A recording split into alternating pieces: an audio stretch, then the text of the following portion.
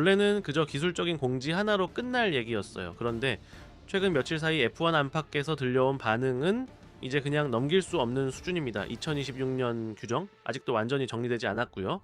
드라이버들은 점점 더 불안해하고 있어요. FIA는 연이어 진화에 나섰지만 현장에선 오히려 긴장감만 더 커지고 있죠. 그래서 오늘은 이 문제를 조금 더 차분하게 짚어보려고 합니다. 왜냐면 지금 다가오고 있는 이 변화는 어쩌면 수십 년 만에 찾아온 F1 기술 규정 최대의 혼란이 될 수도 있으니까요. 오늘 영상에서 다룬 모든 출처는 설명란에 정리해뒀습니다.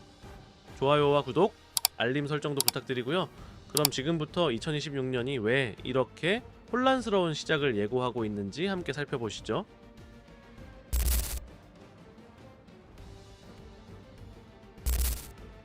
원래는 단순한 기술적 설명으로 끝날 얘기였어요. 하지만 니콜라스 톰바지스가 한 말 한마디가 지금은 오히려 불안을 키우고 있습니다. 그는 이렇게 말했어요.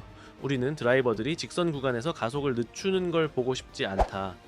짧은 문장이지만 그 안엔 F1이 직면한 진짜 위기가 드러나 있어요. 왜냐하면 FIA가 이런 말을 지금 이 시점에 꺼낸다는 건 이런 상황이 실제로 벌어질 가능성이 눈앞에 있다는 뜻이거든요. 2026년부터 엔진에서 전기 비중이 커지면서 한 가지 걱정이 커지고 있어요.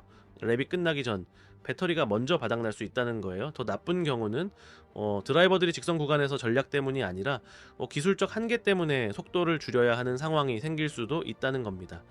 FIA는 에너지 회수량과 출력 제한 등을 조정해서 이걸 완화하겠다고 말하고 있어요. 하지만 정작 엔진 구조 자체는 이미 확정됐고 건드릴 수 없습니다. 즉 겉모습만 바꾸겠다는 거지 핵심 문제는 그대로 두겠다라는 거예요. 그리고 이 상황에서 가장 심각한 부분은 바로 이거예요. 이 기술 규정은 원래 2025년 1월에 이미 마무리됐어야 했어요. 물론 세부 조정은 언제든 필요하겠죠. 하지만 지금 벌어지고 있는 건 단순한 조정이 아니라 시스템 자체가 아직 불안정하다는 신호입니다. 솔직히 말해서 이건 F1에겐 굉장히 부끄러운 상황이에요. 각 팀은 거대한 예산을 들여 수년을 내다보고 차를 개발해야 합니다. 그런데 FIA가 한마디씩 나올 때마다 기준이 바뀌는 거예요. 이러면 계획을 세울 수가 없어요. 믿고 움직일 수도 없어요. 톰바지스는 드라이버들의 우려는 너무 이르다고 말했지만 그 말 자체가 사실상 현실을 외면하는 태도처럼 들립니다. 왜냐면은 페르스타펜은 이미 2023년부터 우려를 제기했어요. 그 이후로 르클레르, 알본, 노리스, 피아스트리, 스트롤, 사인츠, 호너, 바스소에르, 볼프 거의 모든 주요 인물들이 문제점을 지적해왔어요. 심지어 신중한 태도를 유지했던 알론조조차 그저 내년까지 기다려보자 고만 말했어요. 옹호도 반박도 아니었죠. 그냥 회피. 지금 FIA는 상황 수습에 나서고 있지만 이미 타이밍은 늦었습니다. 우리가 보고 있는 건 해결책이 아니라 피해 최소화 시도에 가까워요. 그리고 이 모든 상황 속에서도 톰바지스는 이렇게 말했어요. 최종 규정은 아직 완성되지 않았다. 즉 2026년이 몇 달 앞으로 다가왔는데도 기술 규정은 여전히 확정되지 않은 상태라는 거예요. 이건 마치 어디에 기초를 둘지도 모른 채 집을 짓는 것과 같아요. 결국 이 모든 혼란은 단순한 규정 변경을 구조적인 불안으로 바꿔버렸습니다. 그리고 FIA조차 스스로 확신을 못하고 있는 상황에서 드라이버, 엔지니어 그리고 팬들이 어떻게 믿고 따라갈 수 있을까요?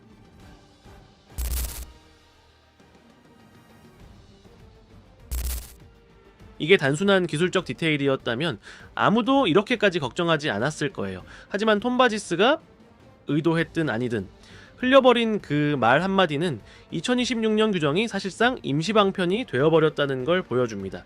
그리고 그 임시방편조차 제대로 된 패치가 아니에요. FIA는 엔진 구조는 바뀌지 않는다고 말하면서도 드라이버들과 팀이 발견한 문제를 바탕으로 추가 조정은 할 것이라고 밝혔습니다.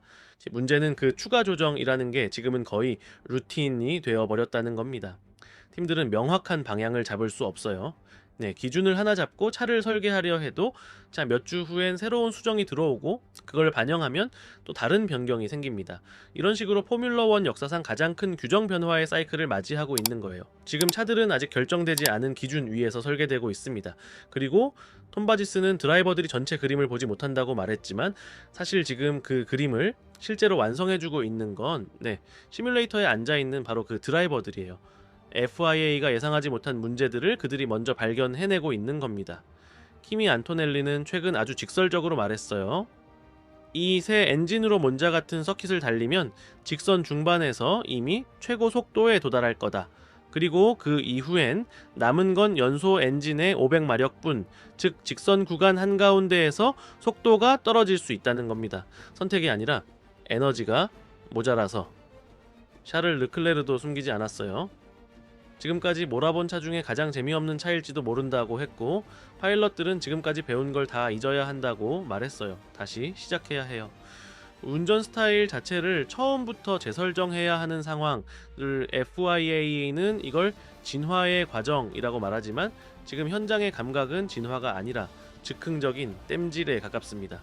톰바지스는 대화의 여지는 열려있다고 말하고 팀들도 과정에 참여한다고 주장하지만 동시에 몇몇 제조사들은 데이터를 공유하지 않고 의도적으로 정보를 숨기고 있다고도 인정했어요. 즉 FIA조차 정확히 무슨 일이 벌어지고 있는지 다 알지 못한다라는 겁니다. 이렇게나 큰 전환점에서 그건 매우 위험한 일이죠. 자, 그 사이 엔지니어들은 밤잠을 설치고 드라이버들은 매주 바뀌는 개념 위에서 퍼포먼스를 끌어내야만 해요. 네, 기술적인 진보가 되어야 할 변화가 지금은 불확실성의 시스템으로 바뀌고 있습니다.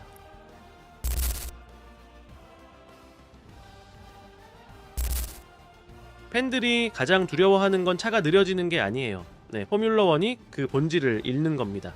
톰바지스는 말했죠.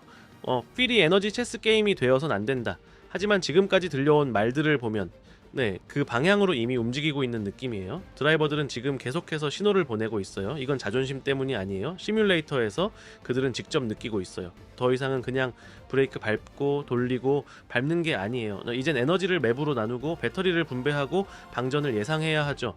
이론적으로는 정교해 보일 수 있어요. 하지만 현실에서는 우리가 알던 레이스의 끝일 수도 있습니다.